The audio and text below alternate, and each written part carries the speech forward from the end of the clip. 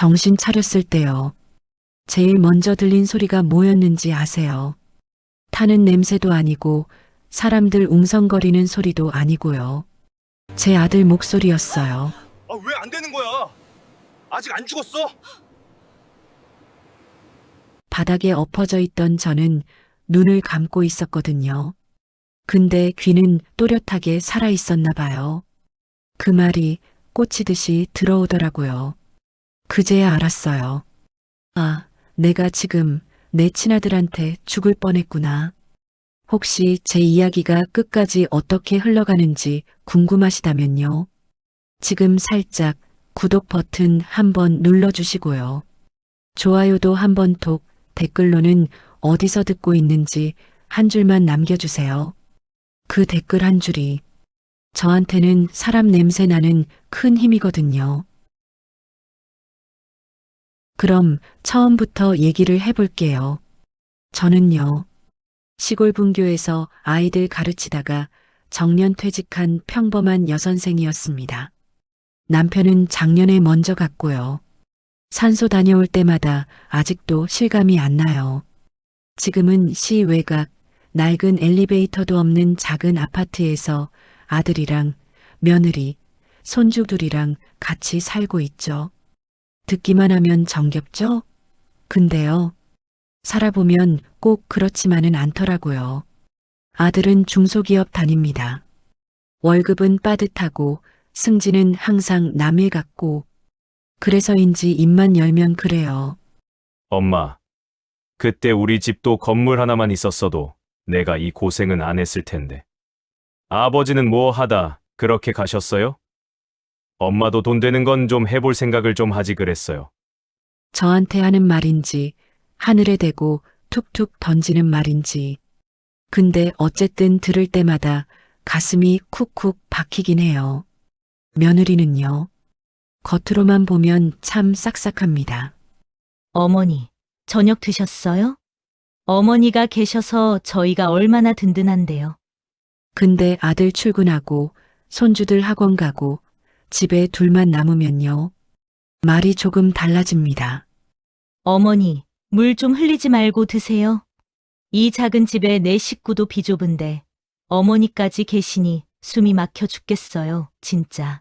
당신 아들도 없는 사람이었으면 우리가 이런 빌라에 살았겠냐고요.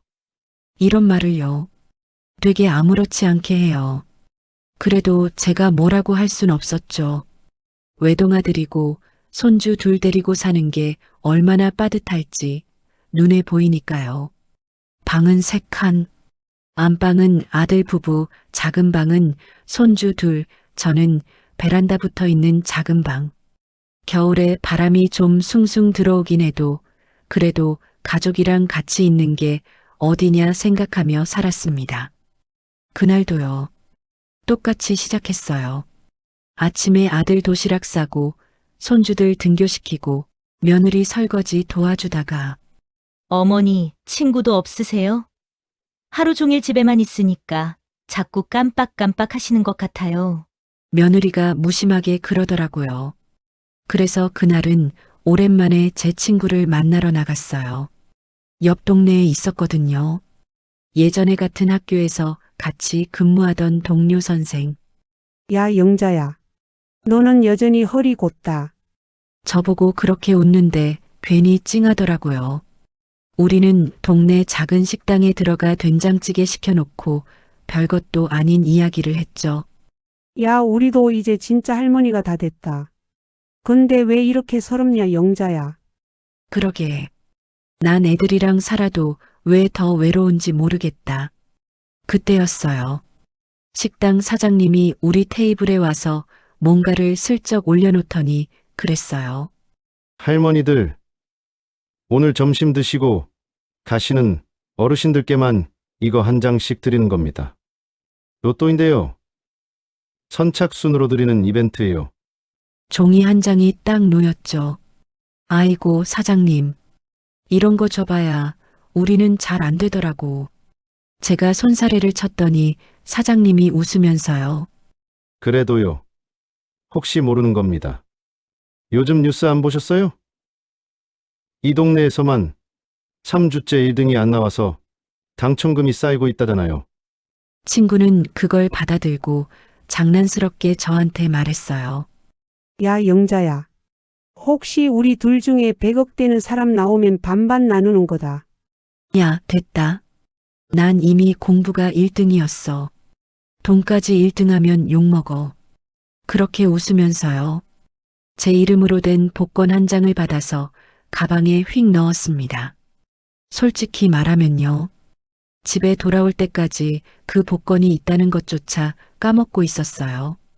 집에 들어오니까 손주들이 난리를 치더라고요. 할머니, 간식.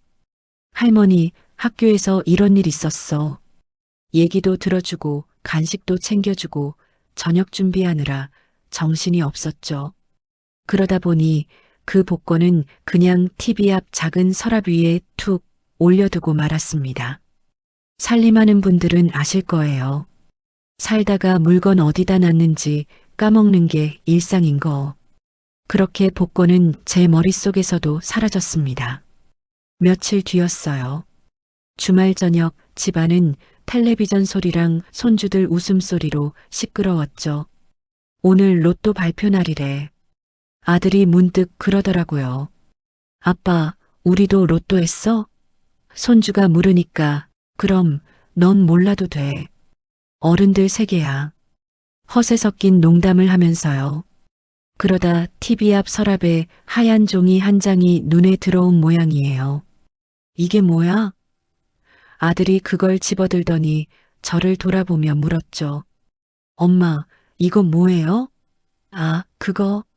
지난번에 식당에서 그냥 준 거래. 어르신들한테 이벤트 한다고. 그냥 버려.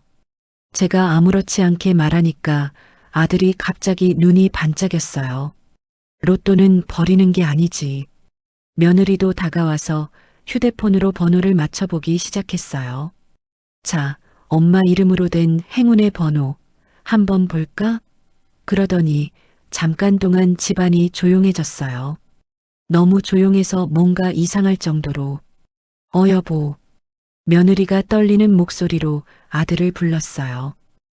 왜? 당첨. 얼마야? 5만 원? 10만 원? 아니 1등. 아들이 웃으면서 장난치는 줄 알았죠. 에이, 그럴 리가 있냐? 근데요. 잠시 후 아들의 손이 덜덜 떨리는 게 보였어요. 여보, 이거 진짜야. 번호 다 맞았어. 보너스까지. 며느리가 휴대폰을 제 얼굴 앞에 들이밀었어요. 어머니, 이거 진짜 1등이래요. 근데 금액이 그제야 TV 화면 아래 자막이 보였어요. 3주 연속 1등 미출연, 당첨금 100억 원. 100억? 잠시 숫자가 숫자로 들리지 않더라고요. 야, 그게 말이 되냐? 장난치지 마라. 제가 손사래를 치자 아들이 벌떡 일어나서 그랬어요. 엄마, 이거 진짜라고. 엄마 이름으로 된 복권이 1등 됐다니까. 저는요. 처음에는 기쁨보다도 겁이 났습니다. 100억이라니. 제가 평생 만져본 돈은 월급 봉투 안에 들어있던 몇십만 원이 전부인데. 어머니, 이제 우리도 사람답게 살 수 있게 됐어요. 며느리가 제 손을 꼭 잡았어요. 어머니 덕분이에요. 정말 어머니가 가져온 복권이잖아요. 그 말이 그때는 고맙게 들렸어요. 그날 밤은요. 집안이 마치 명절처럼 시끄러웠습니다. 아들은 회사 동료들한테 전화해서 자랑하고 싶은 걸 꼭 참는 게 보였고, 며느리는 인터넷으로 강남 아파트 시세를 검색하기 시작했어요. 손주들은 영문도 모른 채 어른들 분위기에 들떠서 깔깔거렸죠.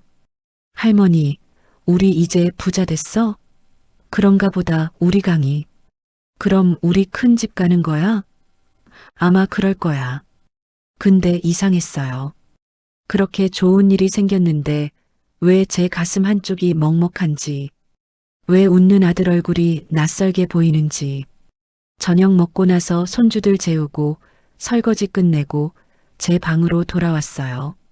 불 끄고 누웠는데 잠이 안 오더라고요. 베란다 문 틈새로 들어오는 바람이 차가웠습니다. 그때였어요. 거실 쪽에서 소리가 들렸어요. 제 방문이 살짝 열려 있었거든요. 화장실 가려다가 우연히 멈춰섰죠.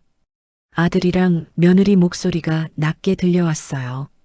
여보, 이제 진짜 회사 그만둬도 되겠다. 100억이면 우리 도시 한복판에 아파트 하나 사고 프랜차이즈 카페 하나 차리고 애들 유학 보내고도 남겠다. 그러게. 근데 시어머니는 어떡할 거야? 저렇게 오래 사시면 우리 인생은 또 묶이는 거 아니야? 그 말이 귓전을 때렸어요. 묶인다. 제가 저 사람들 인생을 묶는 존재라는 거. 숨이 막혔습니다. 그러니까 요양원 얘기를 꺼내야지. 엄마도 이제 연세가 있으니까 전문적인 데 가서 모시는 게 좋다. 뭐 그런 식으로. 근데 복권은? 일단 우리 앞으로 돌려놔야지. 엄마는 숫자도 잘 모르니까. 내가 대신 받아오면 되는 거지. 아, 당신 천재다. 어머니는 한 달에 용돈 조금만 드리면 그냥 조용히 계실 거야. 웃음소리가 들렸어요. 그 웃음이 낯설더라고요. 분명 내 아들이고 매일 같이 밥 먹던 며느리인데 저는 벽에 등을 기대고 그 자리에 주저앉았습니다. 무릎에 힘이 풀렸어요. 다리가 떨렸습니다. 입술을 깨물어도 눈물이 났어요. 요양원, 우리 앞으로 돌리고 용돈 조금만 주고 조용히 계실 거야. 그 단어들이 머릿속에서 맴돌았습니다.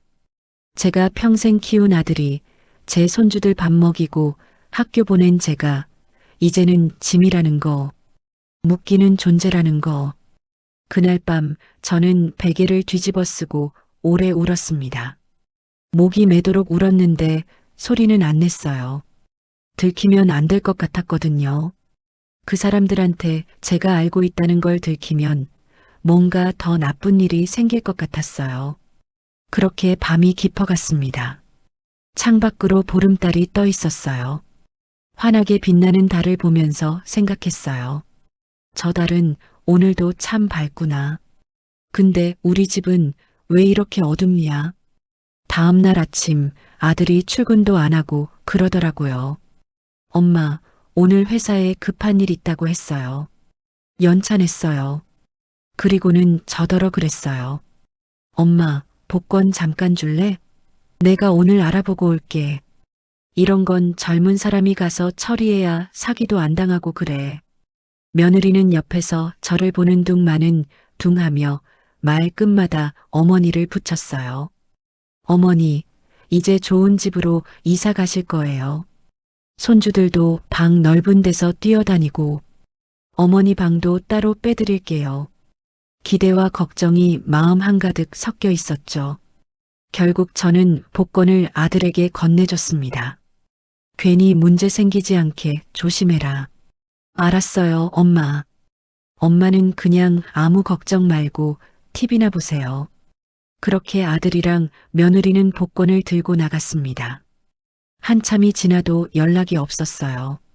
점심때가 훌쩍 지나 해가 기울 무렵이었나 휴대폰이 울렸어요. 엄마. 아들 목소리가 떨리고 있었어요. 왜 그러냐? 무슨 일 있냐? 엄마, 지금 농협에 경찰이 왔어. 알고 봤더니요. 그날 제가 복권을 받았던 식당 사장님이 자기가 나눠준 번호를 전부 공책에 적어놨더라고요. 그리고 뉴스에서 자기 가게에서 나간 번호가 1등 됐다는 걸 알고 복권회사에 전화해서 그랬대요. 혹시 복권 찾으러 오면 반드시 어르신인지 확인해달라. 젊은 사람이 오면 혹시 뺏어간 건 아닌지 잘 보라. 그래서 아들이랑 며느리가 농협에 복권 들고 가니까 직원이 서류를 확인하더니 그랬답니다. 고객님, 이 복권 명의가 이영자님 맞으시죠? 네, 저희 어머니예요. 지금 몸이 좀 편찮으셔서 제가 대신. 죄송하지만 본인이 직접 오셔야 합니다. 그리고 이 복권이 정상적인 경로로 받은 게 맞는지 확인이 필요해서요. 그 말 끝나기가 무섭게 경찰이 들어와서요. 혹시 어르신께서 받으신 복권을 탈취하신 건 아닌지 몇 가지만 확인하겠습니다. 그리고는 둘을 데리고 조사실로 갔답니다. 아들은 결국 다 털어놓았어요. 엄마가 식당에서 받은 거다. 우리가 대신 가져왔다. 그쪽에서 그랬대요. 어르신이 직접 오시는 게 좋겠습니다. 본인 확인 절차도 있을 거고요. 그리고 수령 계좌도 어르신 앞으로만 가능합니다. 그날 저녁 둘이 집에 들어왔어요. 얼굴이 잿빛이더라고요. 엄마, 우리 엄마 아니었으면 큰일 날 뻔했어. 어제 엄마가 복권 버리라고 했잖아. 그래서 우리가 그냥 대신 처리하려다 보니 그렇게 된 거야. 말은 그렇게 했지만 저는 알았어요. 이제 공은 제 쪽으로 넘어왔다는 걸. 그래. 그럼 내가 직접 감아. 아들이랑 며느리가 눈이 동그래졌어요. 같이 가요, 엄마. 이런 건 서류도 많고. 됐다. 나 아직 글 읽을 줄 알고 도장 찍을 줄 안다. 그렇게 저는 혼자 버스를 타고 농협으로 갔습니다. 창구에 앉아서 손이 약간 떨리긴 했지만 또렷하게 말했어요. 예금주 이름 이영자 맞습니다. 당첨금은 제 이름으로 된 통장에 넣어주세요. 직원이 조심스럽게 물었어요. 가족분들과 같이 안 오셨어요? 네. 이 복권 제가 받은 겁니다. 제 친구랑 밥 먹다가요. 그날 작은 종이 한 장이 제 평생을 통째로 바꿔놓았습니다. 통장에 숫자가 길게 늘어선 걸 보는데 손이 떨리기보다 먼저 든 생각이 있었어요. 이걸로 뭘 해야 제 삶이 조금 덜 억울해질까? 집에 돌아오자마자 분위기가 달라져 있더라고요. 며느리는 벌써 탕수육이랑 치킨, 피자를 시켜놓고는 저만 기다리고 있었어요. 어머니 오셨어요? 어머님 얼마나 고생하셨어요. 오늘은 어머니 좋아하시는 갈비찜 할게요. 아들은 제 손에서 가방을 낚아채듯 봤더니 통장을 확인했어요. 와, 엄마, 이게 진짜 100억이네. 세금 떼고도 이 정도면. 둘은 눈을 마주치며 싱긋 웃었어요. 그 웃음이 왠지 두렵더라고요. 며칠 동안 집안 공기가 달라졌습니다. 갑자기 며느리가 제 발톱을 깎아주겠다고 하고, 어머니 예전에 그런 말 했던 거 다 농담이었어요. 괜히 힘들다고 투정 부린 거죠, 뭐. 아들도 퇴근하면 제 방에 와서 이러는 거예요. 엄마, 우리 그냥 이 집 말고 좀 넓은 데로 같이 가요. 엄마 방도 제일 큰 방으로 드리고, 손주들이랑도 매일 같이 지내고, 듣기에는 참 좋죠. 근데요, 이상하게도 마음이 안 움직이는 거예요. 그러던 어느 날 아침이었어요. 며느리가 작은 봉지를 들고 왔어요. 어머니, 이거요. 제가 한약방에서 지어온 보약이에요. 봉지 안에는 알록달록한 알약들이 들어 있었어요. 어머니가 요즘 자꾸 깜빡깜빡 하셔서 뇌에 좋은 약이라던데 하루에 3번 드셔야 한대요. 내가 언제 깜빡깜빡 한다고. 그냥요, 나이 드시면 다 그렇죠. 그냥 드시면 돼요. 비싼 거예요. 저도 처음에는 의심을 안 했어요. 아들이랑 며느리가 그래도 나를 위하는구나. 그렇게 생각했죠. 고맙다. 첫날 약을 먹고 나서는 별 느낌이 없었어요. 이틀째도 그랬고요. 근데 사흘째 되던 날 이상한 일이 생겼습니다. 아침에 일어났는데 머리가 무거운 거예요. 베개가 납덩이로 바뀐 것처럼. 거실로 나가려고 문을 열었는데 잠깐 어지러워서 문틀을 붙잡았어요. 어머니, 괜찮으세요? 며느리가 물었지만 눈빛은 차갑더라고요. 괜찮아. 그냥 좀 어지럽네. 약 드셔서 그래요. 처음엔 그럴 수 있대요. 적응되면 괜찮아져요. 그날부터 조금씩 이상해졌습니다. 설거지를 하다가 컵을 떨어뜨렸어요. 손에 힘이 안 들어갔거든요. 며느리가 그 소리를 듣고 달려왔어요. 어머니, 또 깨뜨리셨어요? 이게 벌써 이번 주만 세 번째인데. 미안하다. 손이 미끄러워서. 아니, 괜찮아요. 그냥 어머니 방에서 쉬세요. 제가 할게요. 며느리 목소리는 부드러웠지만 얼굴엔 짜증이 가득했어요. 일주일쯤 지나니까 더 이상했습니다. 복지관 가는 길을 잊어버린 거예요. 10년 넘게 오가던 길인데 버스에서 내려서 어느 방향으로 가야 할지 모르겠더라고요. 한참을 헤매다가 겨우 찾아갔는데 친구가 저를 보더니 깜짝 놀라는 거예요. 야, 영자야. 너 얼굴이 왜 그래? 많이 아파? 아니야. 그냥 요즘 약 먹어서 좀 그래. 무슨 약? 며느리가 보약이라고 지어줬어. 친구가 제 손을 꽉 잡더니 진지하게 물었어요. 야, 영자야. 혹시 그 약 이상한 거 아니야? 너 요즘 말도 좀 어느라고 눈빛도 이상해. 에이, 설마. 내 며느리가 날 어떻게 해? 근데 그 말을 하면서도 가슴 한쪽이 서늘했어요. 그날 집에 돌아오는 길에 버스 안에서 창밖을 보는데 눈물이 났어요. 왜 우는지도 모르겠는데 그냥 눈물이 나더라고요. 이틀 뒤엔 더 심해졌습니다. 손주들 학교 갔다 오는 시간을 잊어버렸어요. 평소엔 오후 3시면 현관문 앞에서 기다렸는데 그날은 그 시간을 까먹은 거죠. 손주들이 혼자 올라와서 배를 눌렀어요. 할머니, 왜 안 나와? 미안. 할머니가 깜빡했네. 그날 저녁 며느리가 아들한테 말하는 게 들렸어요. 여보, 어머니 요즘 너무 이상해. 아까도 애들 오는 거 까먹으셨어. 혹시 뭐, 치매 아닐까? 그 단어를 듣는 순간 온몸에 소름이 돋았습니다. 치매. 저를 치매로 만들려는 거구나. 그날 밤 저는 몰래 며느리가 준 약을 화장실 변기에 버렸어요. 근데 다음 날 아침 며느리가 약봉지를 들고 와서 제 앞에서 약을 꺼내 물과 함께 건네는 거예요. 어머니, 약 드세요. 제가 보는 앞에서 드셔야 해요. 어제 안 드신 거 알아요. 나 약 먹기 싫다. 안 돼요. 드셔야 해요. 며느리 눈빛이 달라졌어요. 차갑고 단단하고 무서웠어요.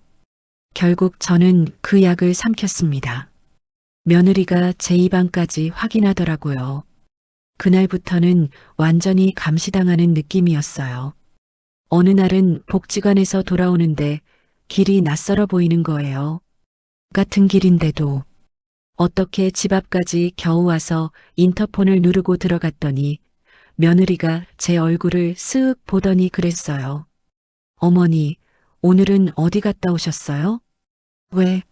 복지관 갔다 왔지. 근데 거기에서 집에 오는 길을 다른 동네로 가셨다면서요. 그걸 어떻게 알아? 관리실에서 전화 왔어요. 어머니가 엉뚱한 동네 CCTV에 찍혀 계셨다고. 길 잃으신 줄 알고. 그제야 알았어요. 내가 요즘 평소랑 다르구나. 근데 왜 그런지는 도무지 모르겠더라고요. 며칠 뒤 아들이랑 며느리가 서류 꾸러미를 놓고 진지한 얼굴로 들어왔습니다. 엄마, 우리 한번 같이 병원 가요. 왜? 엄마 요즘 자꾸 길 잃고 약 먹는 것도 자꾸 까먹고 혹시 치매 초기 아닌가 걱정돼서. 내가 치매라고? 엄마, 지금 화내지 말고. 우리가 엄마를 위해서 그러는 거야. 요즘 좋은 요양병원 많다던데 가볍게 검사만 해봐요. 그날 저는 아들 말에 이끌려 병원에 갔습니다. 하얀 벽, 하얀 가운, 흰 머리 노인들. 어느 순간부터 의사들 말이 잘 안 들렸어요. 검사상으로는 약간의 인지 저하가 보입니다. 연세를 감안했을 때 충분히 있을 수 있는 정도지만 가족분들이 많이 힘들어 하실 수 있어요. 의사가 아들을 보며 그랬어요. 덧붙이는 말이 가슴에 남았습니다. 이런 경우 초기에 잘 관리하면 좋은데 집에서 혼자 돌보기 어려우시면 전문 병원을 추천드릴 수도 있고요. 법적으로 보호를 강화하는 제도도 있습니다. 법적으로 보호. 그 말이 뭐를 의미하는지 그때는 몰랐습니다. 며칠 뒤 아들이 약봉지와 서류를 들고 와서 말했습니다. 엄마, 이 약은 병원에서 새로 처방받은 거야. 정신이 더 또렷해지는 약이래. 그리고 이 서류는 혹시 엄마가 길 잃으시거나 잘못 판단하실 경우를 대비해서 내가 대신 도와줄 수 있게 하는 거고. 내가 사인해야 하냐? 응, 엄마. 엄마 위해서야. 걱정 말고 도장만 찍어. 머리가 이미 약으로 몽롱해져 있을 때라 그랬던 걸까요? 저는 어지러운 눈으로 서류를 몇 장 넘겨보다가 결국 도장을 찍었습니다. 그날 밤 저는 제대로 자지 못했어요. 머리 한쪽에서 자꾸 어디선가 들었던 단어가 떠올랐거든요. 금치산자. 제가 지금 제 인생의 주인 자리에서 밀려나고 있다는 걸 그때는 정확히 몰랐습니다. 며칠 뒤였습니다. 아들이 그러더라고요. 엄마, 우리가 오늘 조금 멀리 나들이 갔다 오자. 공기도 쐬고 요양병원도 한번 구경해보고 거기 요양원 옆에 벚꽃길이 그렇게 예쁘대. 제가 그랬어요. 요양원은 구경하러 가는 데가 아니다. 근데 이미 제 몸은 너무 힘이 빠져 있었고 아들은 제 손을 잡고 차에 태웠습니다. 차 안에서 며느리가 물을 건넸어요. 어머니, 목 마르시죠? 이거 드세요. 저는 그냥 받아서 마셨습니다. 달달한 맛이 났어요. 근데 그게 마지막으로 기억나는 맛이었습니다. 눈을 감았다 떴을 때 저는 낯선 침대에 누워 있었어요. 팔에는 주사 바늘이 꽂혀 있고 왼쪽 벽 위에는 CCTV 같은 게 달려 있고 천장이 너무 하였어요. 눈이 부셨습니다. 문을 열고 간호사가 들어와서 그랬어요. 이영자 씨, 정신 차리셨어요? 여기는 청솔정신건강의학과 병원입니다. 이제부터는 저희가 보호해 드릴게요. 나는 정신병원이 아니라 집으로 가야 하는데. 제가 그렇게 말하니까 간호사가 눈길도 안 주고 주사기를 들이밀었어요. 네네, 모두들 그렇게 말씀하세요. 약부터 맞으시고요. 그 약이 제 팔에 들어가자마자 세상이 한번 휘청거리고 멀어졌습니다. 얼마나 지났을까요? 하루인지 이틀인지 알 수가 없었어요. 눈을 뜰 때마다 천장만 보였고 입은 바짝 말랐고 몸은 납덩이처럼 무거웠습니다. 어느 날 정신이 조금 돌아왔을 때 옆 침대에 누워 계신 할머니가 보였어요. 여기 어디예요? 할머니가 작게 웃었어요. 병원이래요. 정신병원. 나도 아들이 데려왔어요. 우리 같은 사람 여기 많아요. 우리 같은 사람이요? 돈 있는 노인들이요. 자식들이 돈 때문에 여기 가둬놓는 거예요. 약 먹이고 정신 못 차리게 하고 그 사이에 재산 정리하고 그 말을 듣는데 온몸이 얼어붙었습니다. 그럼 여기서 어떻게 나가요? 못 나가요. 보호자 동의 없으면 못 나가요. 나도 벌써 6개월째예요. 6개월. 그 숫자가 귓전을 때렸어요. 저도 여기서 6개월, 1년을 있게 되는 건가. 그 사이에 제 통장은, 제 이름은, 제 존재는 어떻게 되는 건가. 그날부터 저는 나가려고 애를 썼습니다. 간호사가 약을 가져오면 몰래 뱉어냈어요. 화장실 가는 척하다가 복도 끝까지 가봤어요. 근데 모든 문에는 비밀번호가 걸려 있었고 CCTV가 복도 곳곳에 달려 있었어요. 어느 날 밤 간호사들이 교대하는 틈을 타서 복도로 나갔습니다. 맨발이었어요. 차가운 바닥을 딛고 조용히 걸었어요. 비상구 표시가 보였습니다. 거기까지만 가면, 거기까지만. 근데 뒤에서 손전등 불빛이 비춰왔어요. 이영자 씨, 어디 가세요? 보호사 2명이 저를 붙잡았어요. 나 집에 가야 해요. 손주들이 기다려요. 할머니, 여기가 집이에요. 다시 들어가세요. 팔을 잡아 끄는 힘이 너무 셌어요. 저는 끌려갔습니다. 병실로 돌아와서는 침대에 묶였어요. 손목이랑 발목에 천으로 된 끈이 채워졌습니다. 왜 이래요? 나 아무것도 안 했어요. 할머니, 안전을 위해서예요. 조금만 계세요. 그 상태로 밤을 보냈어요. 천장을 보면서 울었습니다. 소리 없이 울었어요. 눈물이 귀로 흘러 베개를 적셨습니다. 다음 날 아침 원장이라는 사람이 왔어요. 50대쯤 되는 남자였는데 흰 가운을 입고 차트를 보면서 그랬어요. 이영자 씨, 밤에 배회하셨다면서요? 나 집에 가야 해요. 나 여기 있을 사람 아니에요. 모든 환자분들이 그렇게 말씀하세요. 차트 보니까 망상 증세가 심하시네요. 본인이 복권에 당첨됐다고 주장하신다면서요? 그건 망상이 아니라 사실이에요. 네네, 알겠습니다. 약을 좀 더 늘려야겠어요. 그 말과 함께 원장이 간호사에게 뭔가 지시했어요. 그날부터 약 용량이 늘었습니다. 하루에 4번 주사를 맞았어요. 맞고 나면 정신이 완전히 나가버렸습니다. 꿈인지 생시인지 구분이 안 됐어요. 손주들 얼굴이 보이는 것 같다가도 금방 사라지고 남편이 나타나서 뭐라고 하는 것 같은데 말이 안 들리고 제 이름이 뭐였는지도 가끔 까먹었어요. 어느 날 아들이 면회를 왔어요. 며느리랑 같이 유리창 너머로 앉아서 저를 보는데 표정이 이상했어요. 걱정하는 것 같으면서도 눈빛은 차가웠어요. 엄마, 괜찮으세요? 나 여기서 나가고 싶다.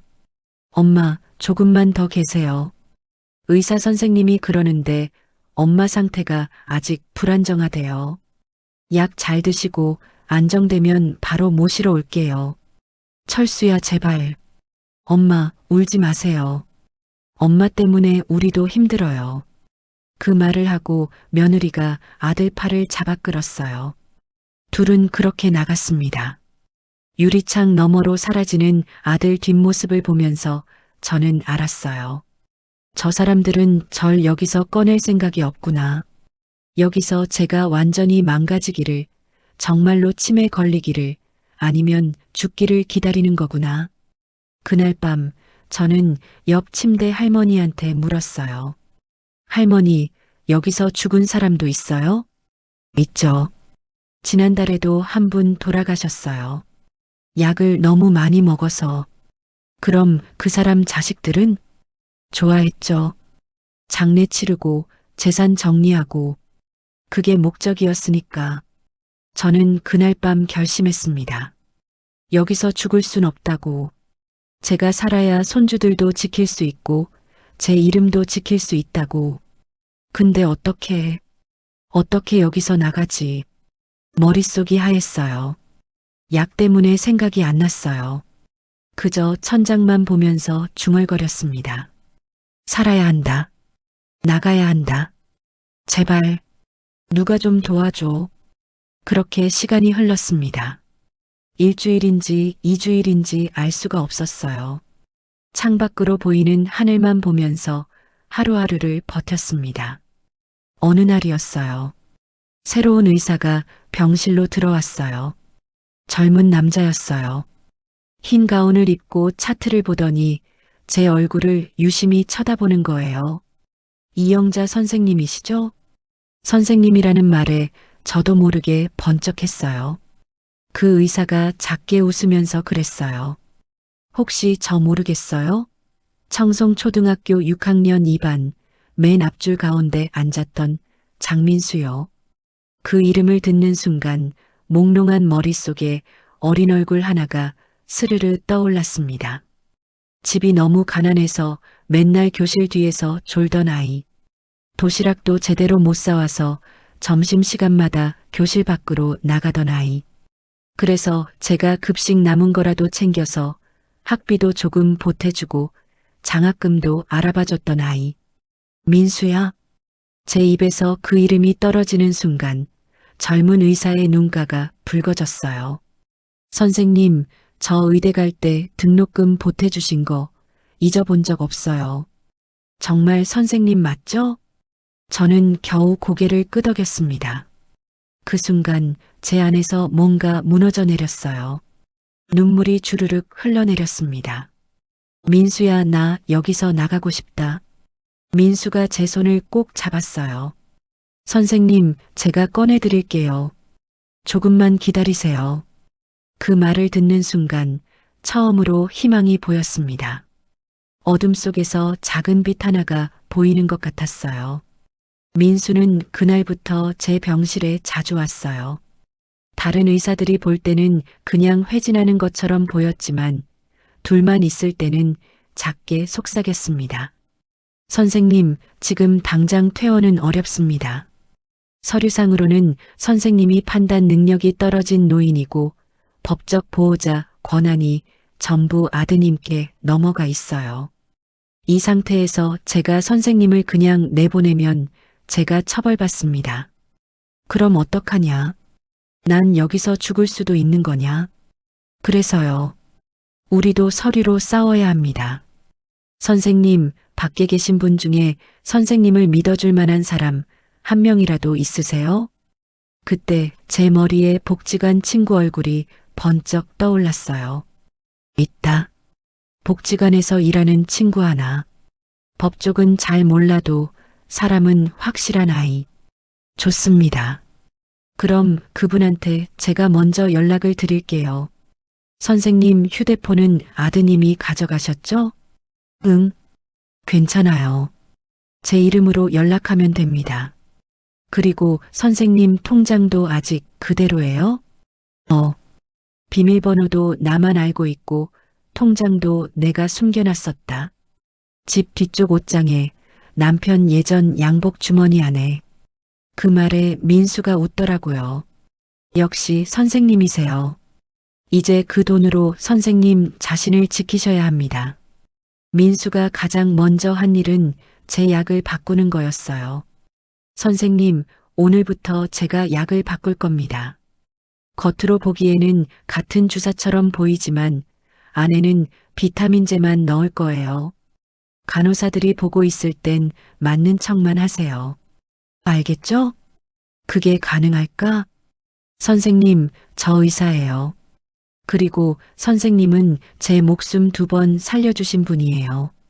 한 번은 어릴 때, 한 번은 지금. 이제는 제가 선생님 도와드릴 차례입니다. 그날부터 달라지기 시작했어요.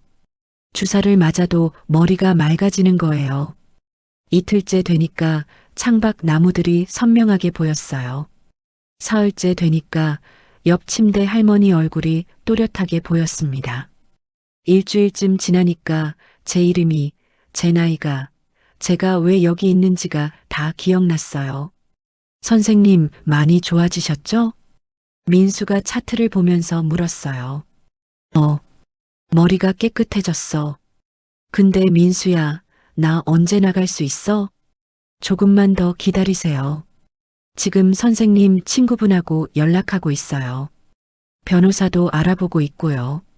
그날 밤 민수가 몰래 휴대폰을 가져왔어요. 선생님, 이거로 친구분하고 통화 한 번만 하세요. 10분만요. 간호사들 교대 시간이에요. 떨리는 손으로 전화를 받았습니다. 친구 목소리가 들렸어요. 여보세요? 영자야? 응, 나야. 야, 너 어디 있어? 며칠째 연락이 안 돼서 집에 전화했더니 며느리가 그러더라. 치매 검사 받으러 병원 입원했다고. 근데 무슨 정신병원이래? 맞아, 나 지금 정신병원에 갇혀 있어. 뭐? 갇혀 있다니? 저는 그동안 있었던 일을 빠르게 말했어요. 복권, 보약, 약물, 서류, 입원.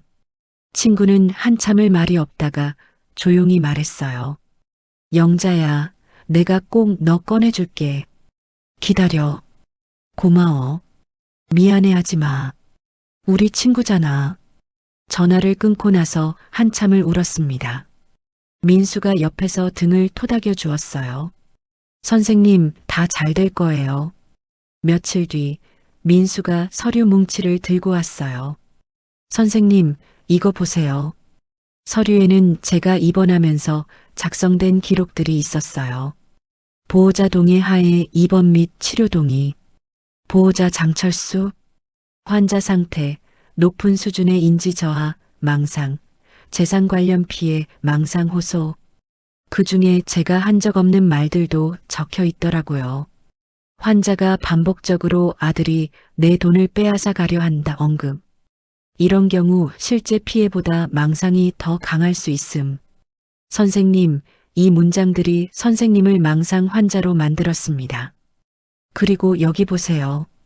민수가 또 다른 서류를 펼쳤습니다. 임시 후견인 동의, 법적 대리인 아들 장철수, 환자의 재산 관리는 전적으로 보호자에게 일임함. 제 도장과 서명이 분명히 찍혀 있었습니다. 이거 내가 사인한 거냐? 형식상은 그렇습니다. 하지만요.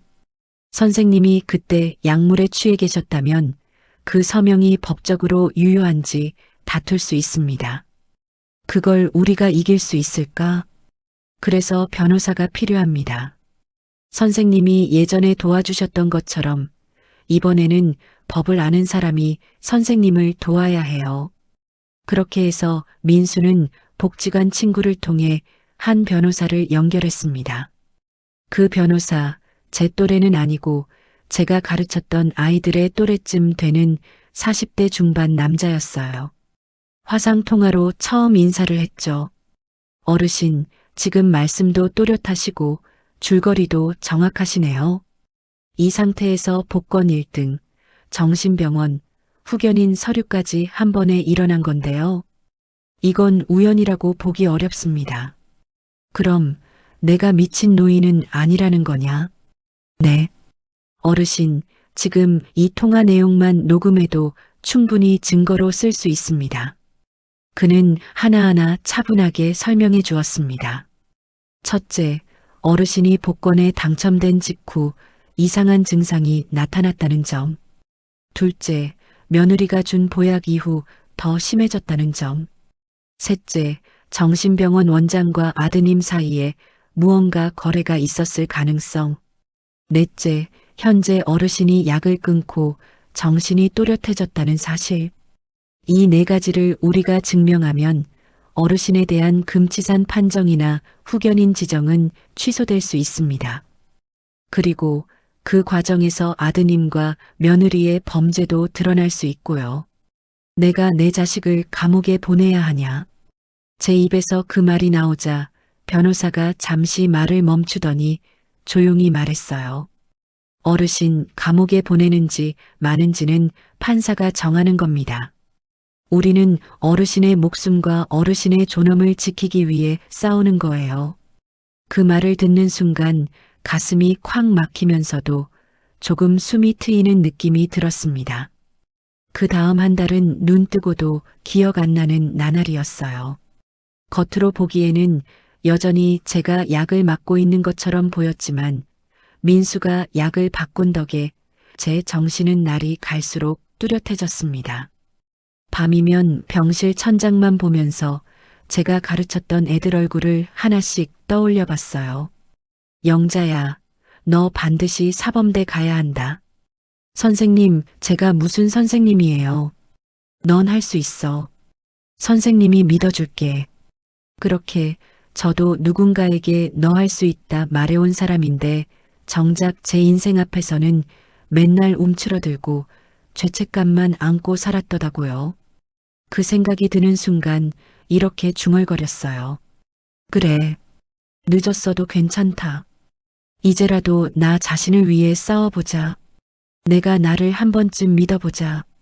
민수와 변호사는 차근차근 준비를 했습니다.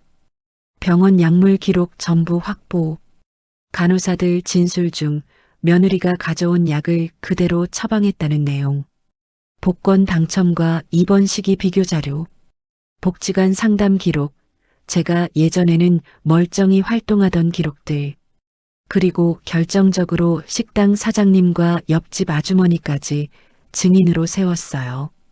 식당 사장님은 복권은 분명 어르신께 드렸다는 걸 증언해 주셨고, 옆집 아주머니는 며느리가 보약이라고 주던 약을 며칠 뒤부터 이상하게 할머니가 말도 어눌하게 하고 비틀거렸다는 걸 증언해 주셨죠. 모든 준비가 끝나고 변호사가 제게 말했습니다.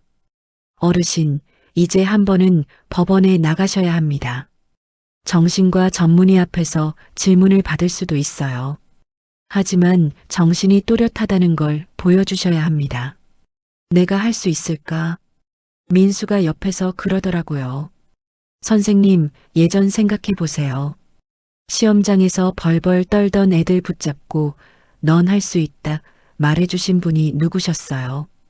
그 말을 듣는데 참 이상하게 교탁에 서 있던 제 모습이 스스로 떠올랐습니다.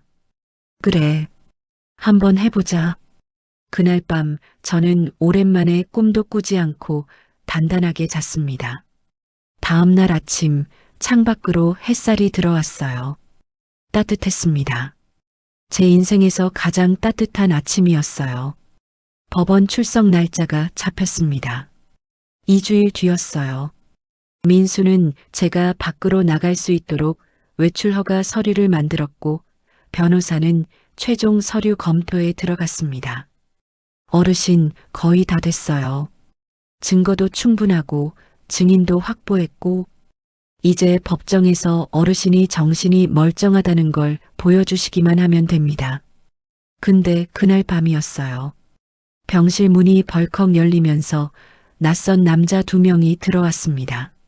한 명은 덩치가 큰 40대 남자였고, 다른 한 명은 좀 더 젊어 보였어요.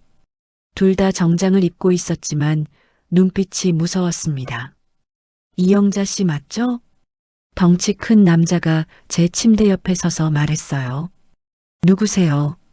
저는 박미정 씨 오빠입니다. 제 동생 남편, 그러니까 어르신 아드님이랑 같이 일하는 사람이죠. 며느리 오빠. 그 말을 듣는 순간 등골이 서늘해졌어요. 며느리가 친정 얘기를 한 적은 없지만 아들이 한 번 술 먹고 와서 중얼거린 적이 있었거든요. 처가 오빠가 좀 무섭다고. 그쪽 일하는 사람이라고. 무슨 일로 여기까지. 어르신, 우리 미정이가 많이 힘들어해요. 시어머니한테 법원까지 끌려가고 경찰 조사받고, 어르신도 나이가 있으신데 굳이 이렇게까지 하실 필요 있으세요? 남자 목소리는 부드러웠지만 눈빛은 차가웠어요. 내가 먼저 시작한 게 아니에요. 저 사람들이 나를 여기 가둔 거예요. 그건 어르신 건강 때문이었잖아요. 치매 초기라고 의사가 진단했다면서요? 그건 거짓이에요. 약으로 그렇게 만든 거예요. 남자가 피식 웃었어요. 어르신, 그런 말씀하시니까 더 치매처럼 들리는 거 아세요? 약으로 사람을 그렇게 만든다? 그게 말이 됩니까? 옆에 서 있던 젊은 남자가 한 발짝 더 다가왔어요. 어르신, 형님 말씀 잘 들으세요. 우리가 좋게 말할 때 고소 취하하시는 게 좋을 겁니다. 만약에 안 하면요? 그럼 어르신도 힘들어지실 거예요. 법정에서 싸우는 거, 돈도 많이 들고 시간도 오래 걸리고, 어르신 나이에 그런 스트레스 받으시면 진짜로 치매 오실 수도 있어요.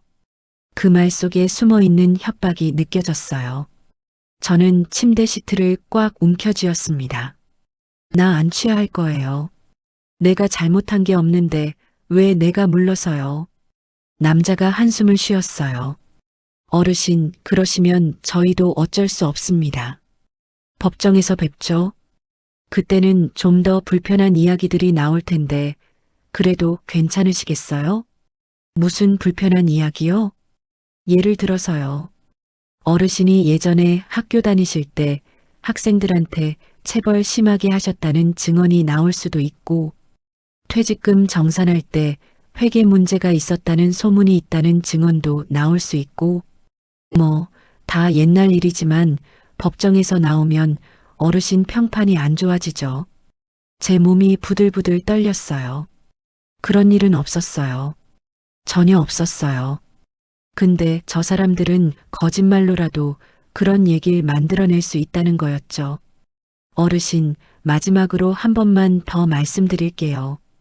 고소 취하하시고 우리 미정이랑 조카랑 좋게 지내세요. 그럼 어르신도 편하시고 우리도 편하고 다들 좋잖아요. 안 돼요.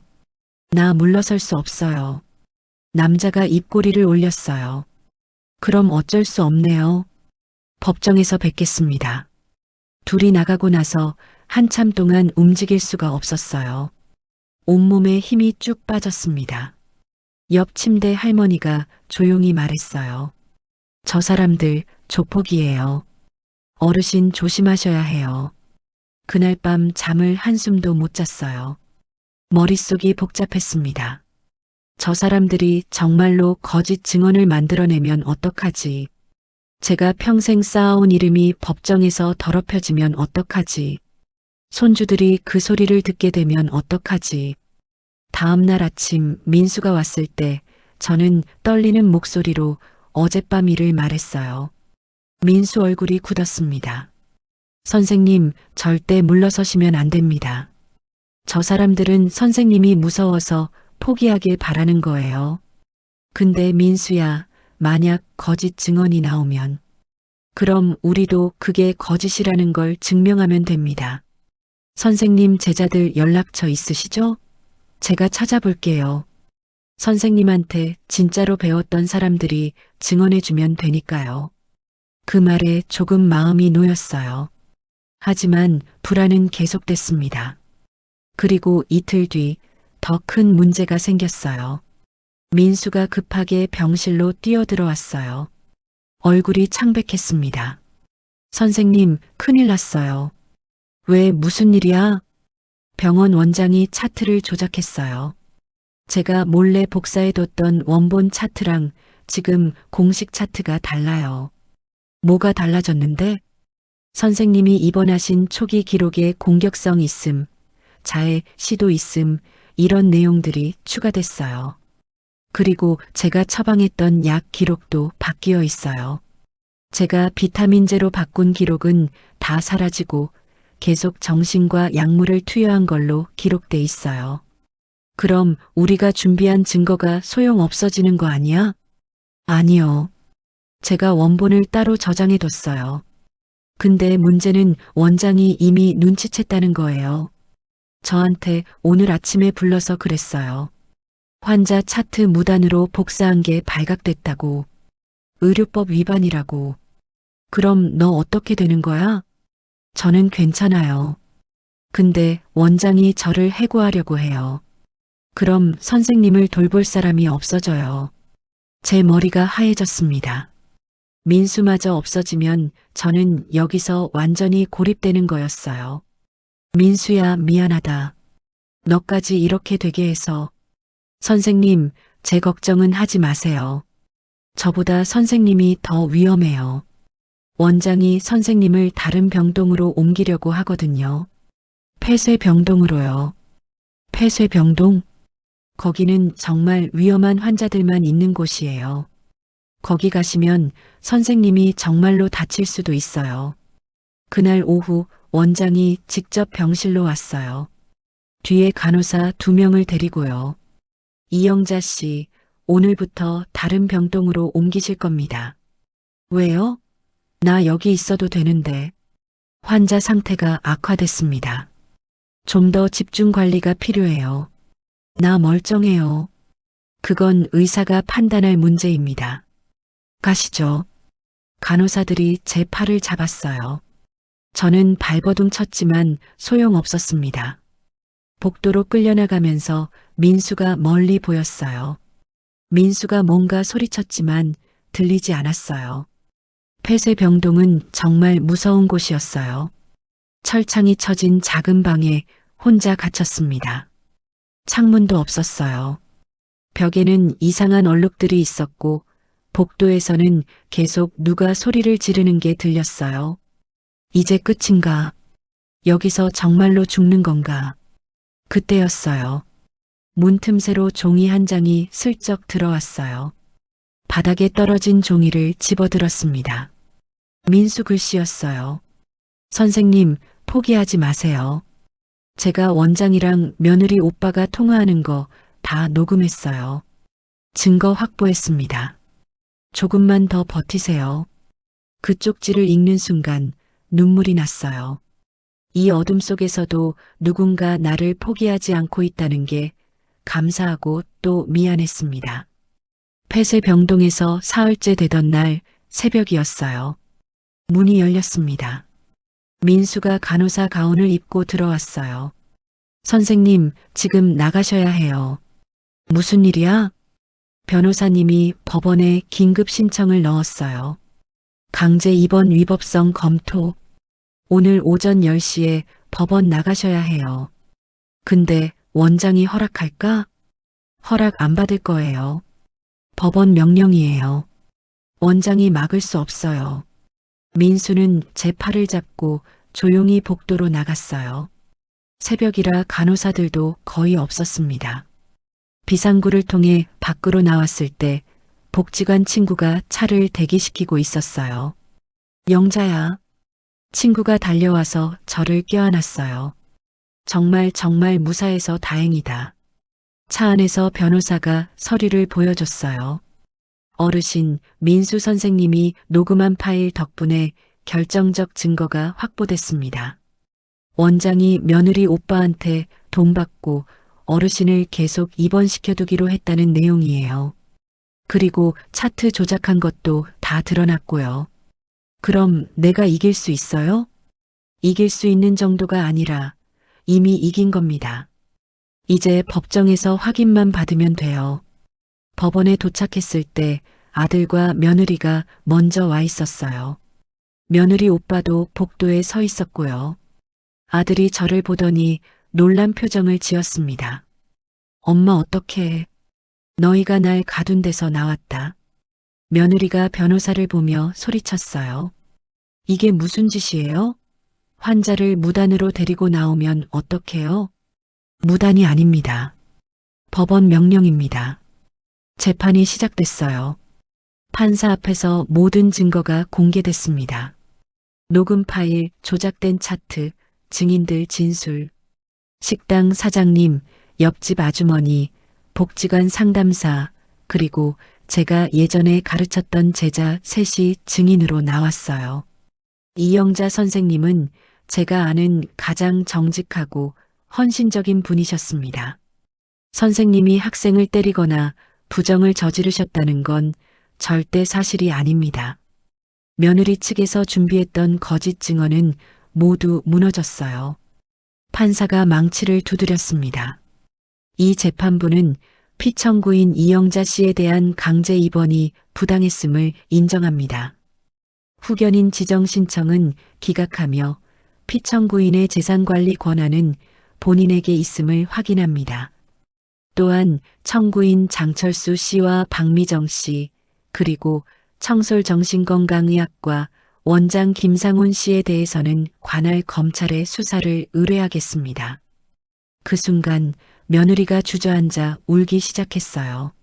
아들은 멍하니 서 있었고요. 며느리 오빠는 복도로 나가버렸습니다. 법원을 나오는데 아들이 뒤따라왔어요. 엄마, 저는 돌아보지 않았어요. 엄마, 우리 잘못했어요. 근데 엄마, 우리도 정말 힘들었어요. 엄마가 그 돈만 좀 나눠주셨으면. 그 말을 듣는 순간 발걸음을 멈췄습니다. 나한테 바라지 마라. 이제부터는 내가 내 인생을 살 거다.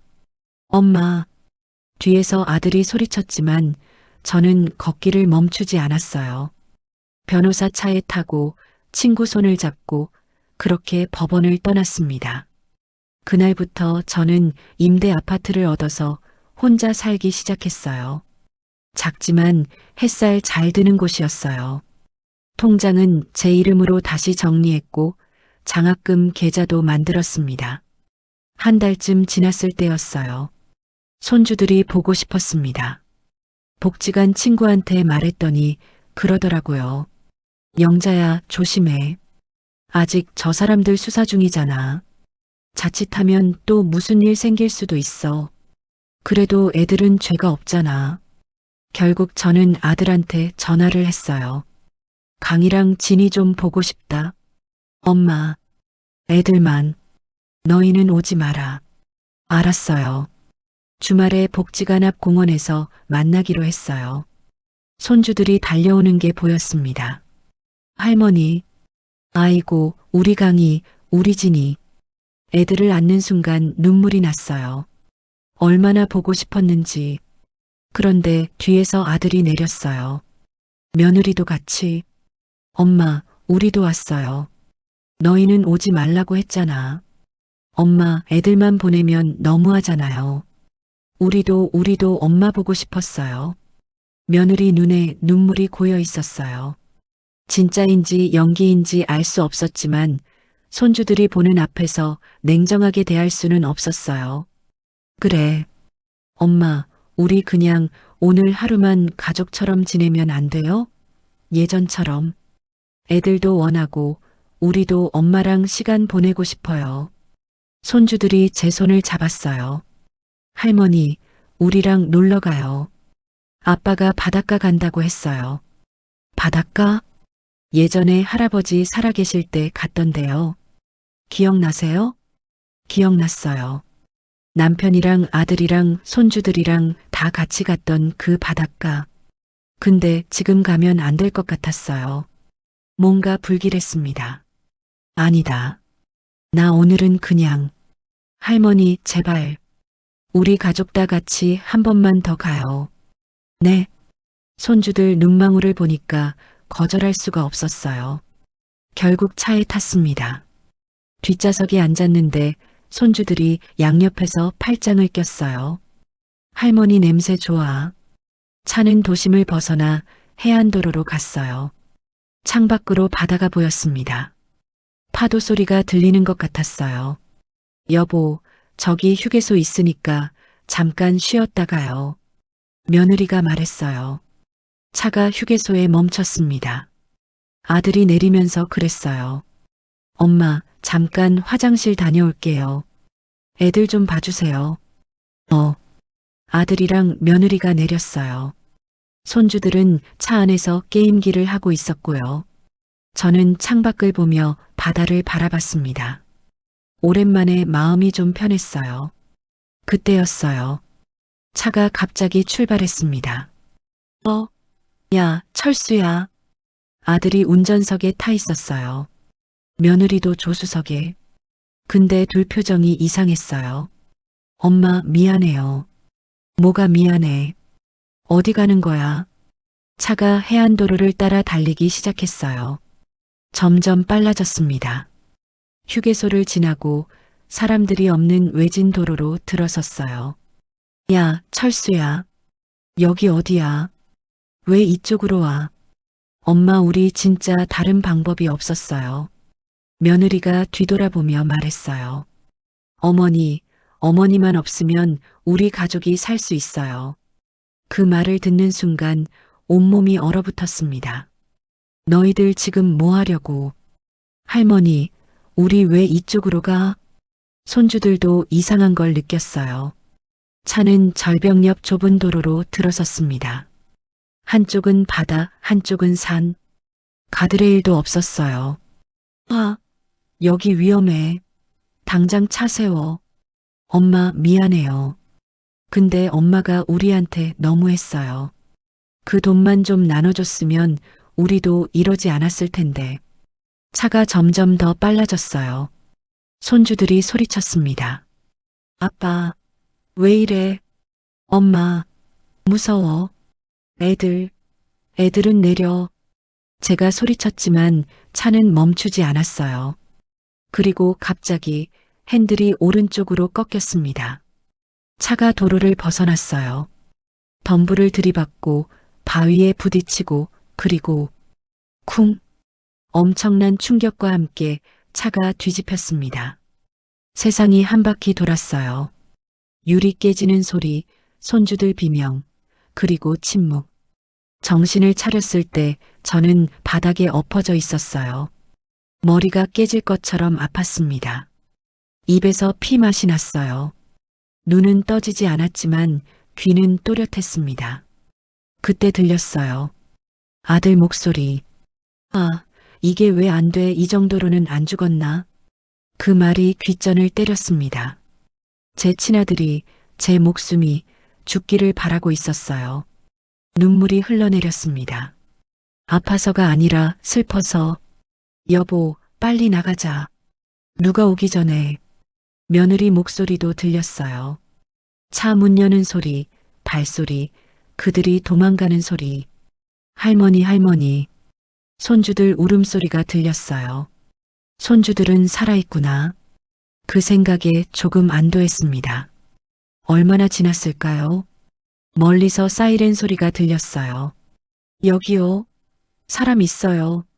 누군가 소리쳤어요. 차 문 열리는 소리, 손이 저를 끌어내는 느낌. 할머니, 정신 차리세요. 아이들은 괜찮아요. 할머니, 눈 뜨세요. 저는 천천히 눈을 떴습니다. 하늘이 보였어요. 구름이 흘러가고 있었습니다. 이제 끝이구나. 이렇게 가는구나. 그런 생각이 들었어요. 병원에서 눈을 떴을 때 민수가 옆에 있었어요. 선생님, 정신 차리셨어요? 민수야, 나 살았구나. 네. 크게 다치셨어요. 갈비뼈 3대 금가고 머리도 10반을 꿰매셨어요. 근데 생명은 지켰어요. 손주들은? 애들은 경상이에요. 벌써 퇴원했어요. 지금 아동보호시설에 있고요. 철수랑 며느리는? 민수 얼굴이 굳었습니다. 구속됐어요. 존속살해 미수. 그 단어를 듣는 순간 가슴이 철렁 내려앉았어요. 제 아들이 살인 미수범이 됐다는 게 믿기지 않았습니다. 경찰이 사고 현장 조사했어요. 브레이크 라인이 고의로 손상돼 있었대요. 그리고 사고 나기 며칠 전에 아드님이 정비소 갔던 기록도 나왔고요. 정비사가 증언했어요. 브레이크를 일부러 느슨하게 해달라고 했다고. 그럼 처음부터 계획한 거였구나. 그뿐만이 아니에요. 사고 직후 구조대가 오기 전에 아드님이랑 며느리가 현장을 떠나려고 했거든요. 근데 마침 지나가던 등산객이 보고 신고했어요. 그분이 아니었으면. 말을 잇지 못하는 민수를 보며 저도 말을 잃었습니다. 제 아들이 저를 죽이려 했고 죽었는지 확인도 안 하고 도망가려 했다는 게. 손주들, 그 애들은 알아? 네. 애들이 다 봤어요. 그래서 지금 심리 상담 받고 있어요. 가슴이 찢어지는 것 같았어요. 그 어린 것들이 할머니가 죽을 뻔한 걸 눈앞에서 봤다는 게, 부모가 할머니를 죽이려 한 걸 알게 됐다는 게. 일주일 뒤 저는 퇴원했어요. 목발을 짚고 걸어야 했지만 정신은 또렷했습니다. 그리고 경찰서로 갔어요. 조서를 작성해야 했거든요. 피해자 이영자 씨 사고 당시 상황을 말씀해 주세요. 저는 천천히 하나하나 말했어요. 손주들 만나러 간 것, 차에 탄 것, 외진 도로로 간 것, 그리고 들었던 그 말들. 어머니만 없으면 우리 가족이 살 수 있어요. 이 정도로는 안 죽었나? 경찰이 녹음기를 멈추고 물었어요. 어르신, 고소하시겠습니까? 네. 친아드님인데도요? 네. 그래도 해야 할 것 같아요. 경찰이 고개를 끄덕였습니다. 용기 있는 결정이십니다. 그날 밤 저는 혼자 작은 방에 앉아서 남편 사진을 봤어요. 여보, 내가 잘하는 거 맞죠? 우리 아들을 감옥에 보내는 게 그래도 해야 하는 거 맞죠? 사진 속 남편은 웃고 있었어요. 대답은 없었지만 왠지 그래도 괜찮다고 말해주는 것 같았어요. 재판날이 다가왔어요. 최종 공판이었습니다. 법정에는 방청객이 가득했어요. 기자들도 많이 왔더라고요. 복권 당첨 노인 살해미수 사건이라고 뉴스에도 나왔거든요. 아들과 며느리가 들어왔어요. 수갑을 차고 죄수복을 입고 얼굴은 초췌했습니다. 아들이 저를 보더니 고개를 숙였어요. 며느리는 저를 똑바로 쳐다봤지만 눈에 눈물은 없었습니다. 재판이 시작됐어요. 검사가 증거를 제시했고 변호인이 반박했고 증인들이 나왔어요. 정비사, 구조대원, 목격자, 그리고 민수도 증인으로 나왔습니다. 피고인들은 피해자를 정신병원에 감금하고 약물로 무력화시키고 재산을 탈취하려 했으며 마지막에는 살해를 시도했습니다. 이는 계획적이고 악질적인 범죄입니다. 검사 말이 끝나고 판사가 저를 불렀어요. 피해자 이영자 씨, 증인석으로 나와주시겠습니까? 목발을 짚고 천천히 걸어 나갔습니다. 증인석에 앉으니 아들이랑 며느리가 바로 앞에 보였어요. 그리고 뒤쪽에 손주 둘이 아동보호사랑 같이 앉아 있었습니다. 판사가 물었어요. 피해자 이영자 씨, 피고인들에 대한 선처를 바라는지 처벌을 바라는지 말씀해 주시겠습니까? 법정이 조용해졌습니다. 모두가 제 입을 바라봤어요. 저는 한참을 말없이 앉아 있었습니다. 손주들 얼굴이 보였어요. 강희가 눈물을 닦고 있었고 진이는 입술을 깨물고 있었어요. 저는 천천히 입을 열었습니다. 저는 이 사람들을 여전히 제 아들이고 제 며느리라고 생각합니다. 그건 죽을 때까지 바뀌지 않을 겁니다. 아들이 고개를 들었어요. 눈에 희망이 비쳤습니다. 하지만 이 사람들이 한 행동은 그 어떤 경우에도 용서받을 수 없는 짓이기도 합니다. 약으로 사람을 무너뜨리고 병원에 가두고 마지막에는 도로 끝에서 차를 굴려서 죽이려고 한 거니까요. 목소리가 떨렸지만 멈추지 않았어요. 처음에는 생각했어요. 그래도 내 자식인데 용서해줘야 하는 거 아닐까? 근데요. 손주들 얼굴을 보는 순간 알았어요. 내가 여기서 물러서면 이 아이들은 평생 배우게 될 거예요. 사람이 사람을 그렇게 대해도 되는구나. 가족이면 뭘 해도 용서받는구나. 그렇게요. 손주들이 울고 있었어요. 저도 눈물이 났습니다. 그래서 저는 이 사람들을 미워하지는 않겠지만 법이 정한 만큼은 꼭 처벌받았으면 좋겠습니다. 그게 이 사람들한테도 마지막 기회라고 믿습니다. 그리고 저한테도 손주들한테도 필요한 일입니다. 판사는 잠시 고개를 숙이고 있다가 판결문을 읽었습니다. 피고인 장철수, 징역 15년. 피고인 박미정, 징역 12년. 각각 존속살해 미수, 노인학대, 강요, 강제 입원 공모 등의 죄를 유죄로 인정합니다. 망치 소리가 울렸어요. 며느리가 비명을 질렀고 아들은 그 자리에 주저앉았습니다. 법정이 술렁였어요. 재판이 끝나고 법정을 나가는데 아들이 수갑찬 손으로 유리병 넘어 저를 향해 입모양으로 말했어요. 엄마 미안해. 저도 입모양으로만 말했습니다. 살아서 사람으로 다시 나오너라. 복도로 나오니 손주들이 달려왔어요. 할머니, 아이고, 우리 강이, 우리 진이. 할머니, 우리 어떻게 돼요? 너희는 할머니랑 같이 살 거야. 정말요? 그래. 우리 다시 시작하자.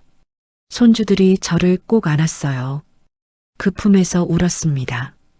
슬픔의 눈물인지 안도의 눈물인지 알 수 없었어요. 그저 따뜻했습니다. 민수가 다가와서 말했어요. 선생님, 정말 잘하셨어요. 민수야, 고마워. 너 아니었으면 선생님이 절 살려주신 것처럼 저도 선생님을 살린 거예요. 우리 이제 동점이에요. 그렇게 웃으며 말하는 민수를 보니 괜히 울컥했어요. 법원을 나서는데 햇살이 따뜻했습니다. 손주들이 양옆에서 제 손을 잡았어요. 할머니, 우리 이제 뭐해요? 일단 점심 먹어야지. 할머니가 오늘은 너희 먹고 싶은 거 다 사줄게. 진짜요? 그럼. 할머니 돈 많잖아. 와. 손주들이 깔깔 웃었어요. 그 웃음소리가 세상에서 제일 좋았습니다. 저는 그렇게 손주들과 함께 새로운 시작을 향해 걸어갔어요. 그 후로 손주들은 법원과 보호기관의 결정으로 제게 맡겨졌어요. 외할머니나 친할머니, 친척들 중에 가장 안정적인 보호자가 할머니시니 일단 성인이 될 때까지는 할머니와 함께 지내는 걸로 하시죠. 그 말을 듣는 순간 눈물이 또 났어요. 내가 얘네들을 잘 키울 수 있을까? 그때 민수가 웃으면서 그러더라고요. 선생님 직업이 뭐였어요? 평생 남의 자식들 키워놓고 이제 와서 자기 손주 키우는 걸 두려워하세요? 그 말에 웃음이 나왔어요. 그래, 맞아. 나는 30년 동안 선생이었잖아. 작은 임대 아파트를 얻었어요. 시 외곽이지만 햇살 잘 드는 곳이었습니다. 방 3개. 하나는 제 방, 하나는 손주들 방, 하나는 작은 공부방. 베란다에서는 멀리 산이 보였어요. 할머니, 여기 우리 집이에요? 그래, 이제 여기가 우리 집이야. 진짜 좋아요. 손주들이 집 안을 뛰어다녔어요. 그 소리가 시끄러웠지만 행복했습니다. 첫날 밤 저는 손주들 방에 가서 이불을 덮어주었어요. 할머니, 우리 엄마 아빠는 언제 나와요? 오래 걸릴 거야. 10년 넘게. 그럼 우리 계속 할머니랑만 살아요? 응. 그래도 괜찮겠어? 강희가 제 손을 꽉 잡았어요. 좋아요. 할머니랑 사는 게 제일 좋아요. 할머니, 우리 엄마 아빠 나쁜 사람이에요? 진이가 물었어요. 그 질문에 어떻게 대답해야 할지 한참을 생각했습니다. 나쁜 사람은 아니야. 근데 나쁜 짓을 한 거지. 사람은 누구나 실수를 해. 근데 그 실수가 너무 크면 책임을 져야 하는 거야. 우리도 엄마 아빠 사랑해도 돼요? 그럼. 당연하지. 엄마 아빠는 너희 엄마 아빠잖아. 근데 엄마 아빠가 한 일이 옳은 건 아니야. 그 둘을 구별해야 해. 아이들이 고개를 끄덕였어요. 완전히 이해하지는 못했겠지만 언젠가는 알 날이 올 거예요. 다음 날 아침 처음으로 손주들 도시락을 쌌어요. 오랜만이라 손이 떨렸지만 행복했습니다. 밥 짓는 냄새, 계란 부치는 소리, 손주들 일어나는 인기척. 평범한 아침이었지만 제게는 기적 같았어요. 할머니, 맛있어요. 그래, 다행이다. 할머니 도시락 솜씨가 아직 녹슬지 않았나 보네. 손주들을 학교에 데려다 주고 집에 돌아와서 저는 앉아서 생각했어요. 이제 뭘 해야 하지? 복권 당첨금이요? 그 돈은 이제 제 이름으로 된 2개의 큰 통장에서 조용히 흘러가고 있습니다. 하나는 영자 장학금이라는 이름으로 아주 가난한 집 아이들이 등록금 때문에 공부를 포기하지 않게 돕는 계좌고요. 다른 하나는 노인 긴급생활 지원 기금이라 해서 저처럼 자식한테 학대당하고도 어디 하소연 못하는 노인들을 돕는 데 쓰이고 있습니다. 물론 손주들 학교 등록금, 밥값, 집 월세도 거기서 나옵니다. 근데요, 이상하게 예전보다 훨씬 마음이 편합니다. 돈이 내 손 안에 꽉 쥐어져 있을 때는 계속 불안했거든요. 근데 돈이 누군가를 살리는 데 쓰이기 시작하니까 이상하게 잠이 잘 오더라고요. 한 달쯤 지났을 때 복지관에서 연락이 왔어요. 선생님, 혹시 여기 와서 어르신들 한글 가르쳐 주실 수 있으세요? 읽고 쓰지 못하는 분들이 많거든요. 내가요? 네. 선생님이 제일 잘하시잖아요. 그렇게 저는 다시 가르치는 일을 시작했습니다. 일주일에 3번 복지관에 가서 70, 80대 어르신들한테 한글을 가르쳤어요. 선생님, 제가 이 나이에 글을 배울 수 있을까요? 할 수 있어요. 제가 믿어드릴게요. 예전에 제 학생들한테 했던 말을 이제는 어르신들한테 하고 있었어요. 그분들이 처음으로 자기 이름을 쓸 때 눈물 흘리는 모습을 보면 저도 같이 울었습니다. 어느 날 수업이 끝나고 한 할머니가 제게 다가왔어요. 선생님, 저도 선생님처럼 자식한테 당했어요. 그러세요? 네. 돈 때문에. 근데 선생님 보니까 용기가 나요. 나도 늦지 않았구나. 그런 생각이 들어서요. 그 말을 듣는 순간 가슴이 뜨거워졌어요. 제가 겪은 일이 누군가에게 용기가 되고 있다는 게 계절이 바뀌었어요. 여름이 지나고 가을이 왔습니다. 손주들은 학교에 잘 적응했고 성적도 좋아졌어요. 밤마다 숙제 봐주고 이야기 들어주고 그렇게 하루하루를 보냈습니다. 어느 가을 저녁이었어요. 손주들이랑 같이 저녁 먹는데 강희가 물었어요. 할머니, 우리 나중에 크면 뭐 하면 좋아요? 너희가 하고 싶은 거 하면 되지. 저는요, 할머니처럼 선생님 하고 싶어요. 그래, 왜? 할머니가 사람들 가르치는 거 보니까 좋아 보여요. 사람들이 할머니 보고 고맙다고 하잖아요. 우리 강희 멋지다. 진이가 그러더라고요. 저는요, 할머니 도와드리고 싶어요. 할머니가 만든 그 장학금이요. 제가 커서 그거 관리하면 안 돼요? 물론이지. 할머니가 늙으면 너희가 이어받아야지. 그 말을 하는데 눈물이 났어요.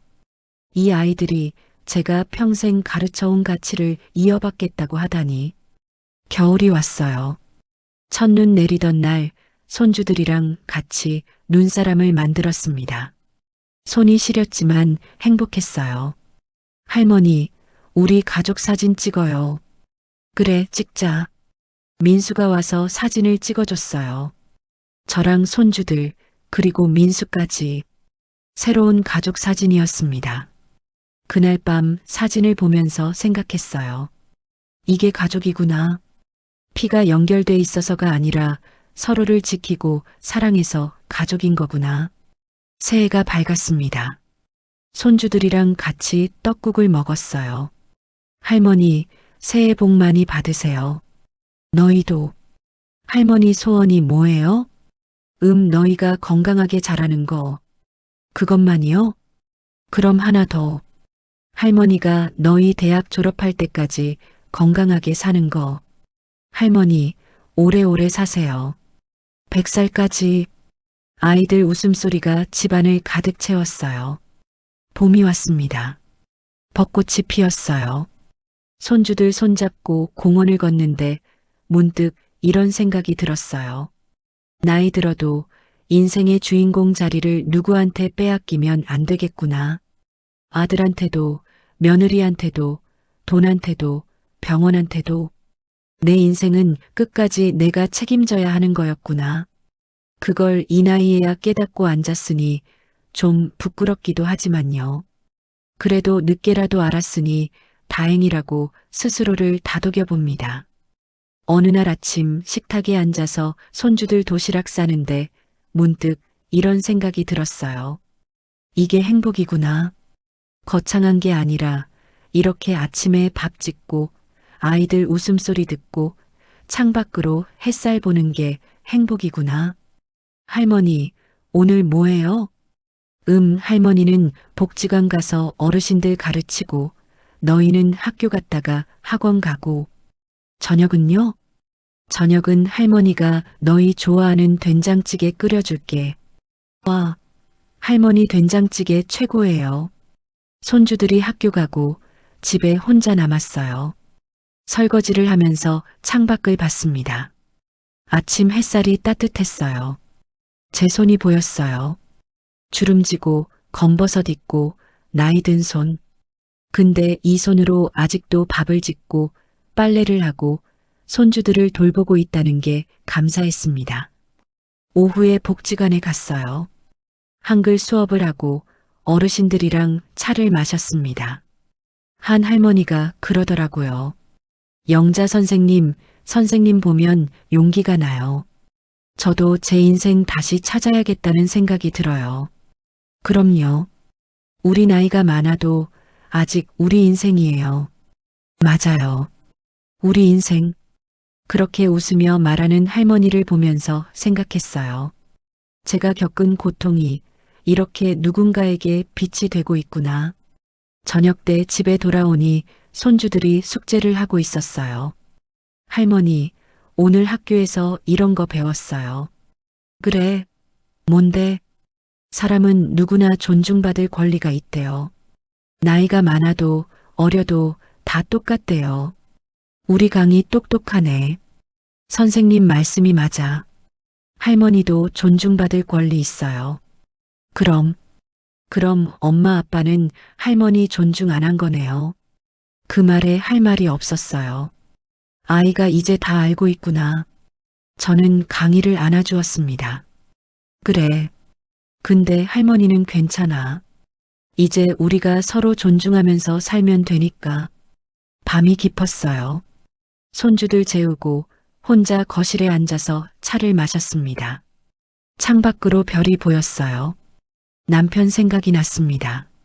여보, 나 잘하고 있죠? 우리 손주들 잘 키우고 있죠? 별이 반짝였어요. 대답인 것 같았습니다. 그날 밤 잠들기 전에 거울을 봤어요. 주름진 얼굴, 흰 머리. 근데 눈빛은 예전보다 더 단단해 보였어요. 이영자, 너 잘했어. 이제부터도 잘할 거야. 스스로에게 말해줬어요. 지금요? 지금 저는 손주들이랑 작은 집에서 행복하게 살고 있어요. 아침이면 도시락 싸고, 낮에는 복지관 나가서 어르신들 가르치고, 저녁에는 손주들이랑 밥 먹고 이야기하고, 평범한 일상이지만 제게는 기적 같은 날들입니다. 복권 당첨금은 계속 좋은 곳에 쓰이고 있어요. 이번 달에만 20명 아이들이 장학금을 받았고 15명 어르신들이 긴급 생활비를 받으셨습니다. 그분들한테서 고맙다는 편지가 올 때마다 제가 살아온 게 헛되지 않았구나 싶어요.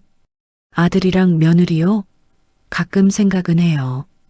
교도소에서 어떻게 지내는지, 밥은 잘 먹는지. 근데 안타깝긴 해도 후회는 안 해요. 제가 한 선택이 옳았다고 믿거든요. 손주들은 가끔 물어요. 할머니, 우리 엄마 아빠 보러 갈래요. 그럼, 가자. 너희는 엄마 아빠 만날 권리가 있어. 한 달에 한 번 손주들 데리고 교도소에 가요.